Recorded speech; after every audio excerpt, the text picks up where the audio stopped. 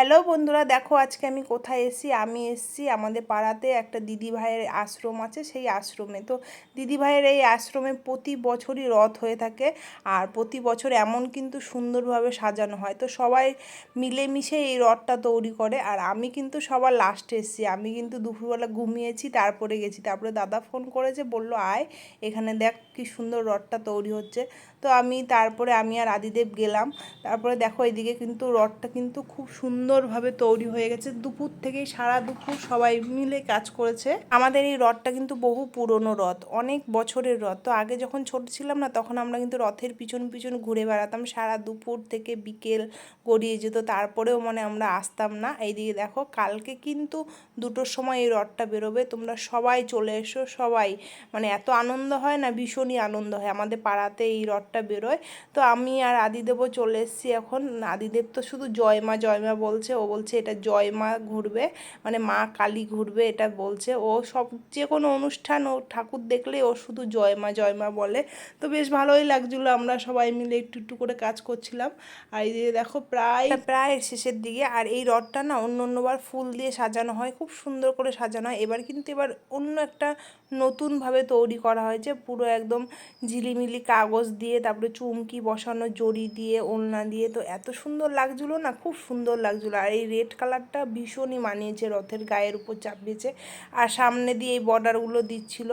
তো আমার কাছে তো ভীষণই ভালো লাগছে। তোমাদের কাছে কেমন লাগছে অবশ্যই কমেন্ট করে জানাবে। দেখো এদিকে প্রায় শেষের দিকে কাজ, আর একটুখানি করলেই আমাদের এই রথটা তৈরি হয়ে যাবে। তোমরা সবাই এসো, কিন্তু আমি বারবার তোমাদের বলছি। পোশাকের কি না, এমনি বলো তোমাদের বাঙ্কে বিহারী মন্দিরের তরফ থেকে, আশ্রমের তরফ থেকে কিছু বলো।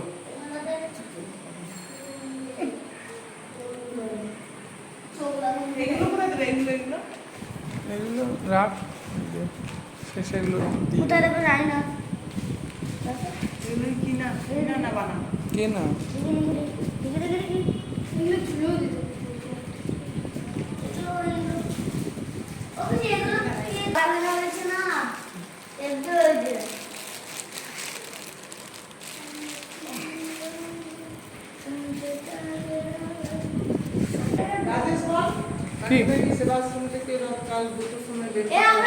কি কি বলতে হবে ভালো করে বলে দাও।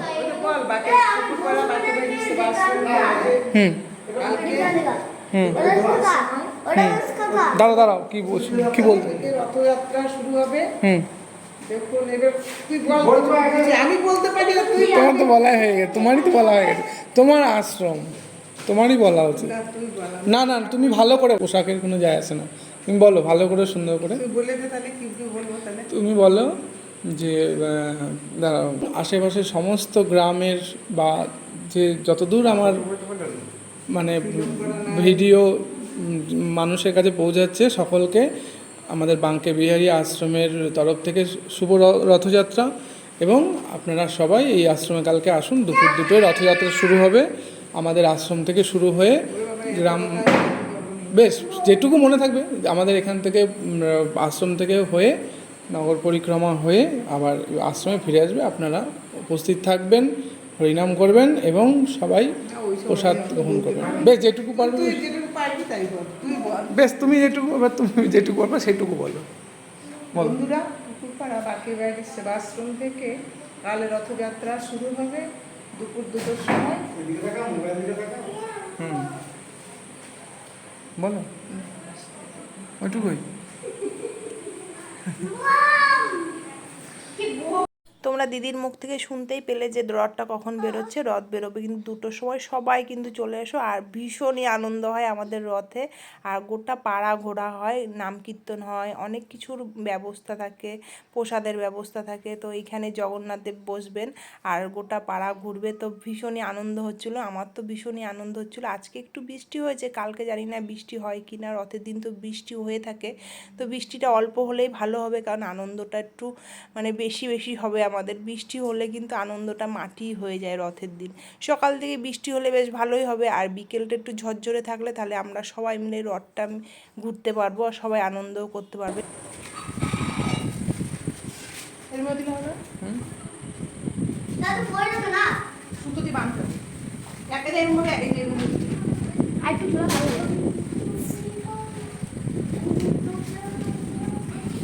এটা ওই নীলটা, এইটা ওইদিকে দে, নীলটা সামনে দে, নীল দুটো সামনে দিয়ে ঝোলা, হ্যাঁ তাহলে তো বোঝা যাবে। এটা ওই নীলটা দে, এবার এই নীলটা ওইদিকে দে, এই নীলটা ওইদিকে দে, দাঁড়া দাঁড়া দাঁড়া, ও ঝোলা, হ্যাঁ।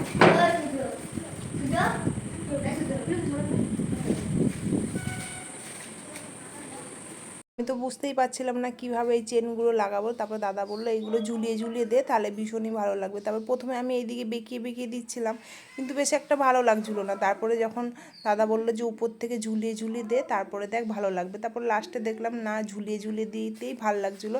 আর এইদিকে আয়ুষও কিন্তু প্রচণ্ড হেল্প করছিলো সবাইকে।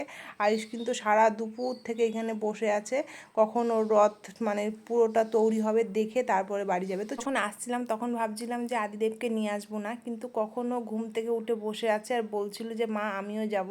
তো ওকে নিয়ে আসলাম। ও কিন্তু ভীষণ আনন্দ করছিল আয়ুষ দাদার সঙ্গে, ওর সঙ্গে আর মাঝে মাঝে কাজও করছিল।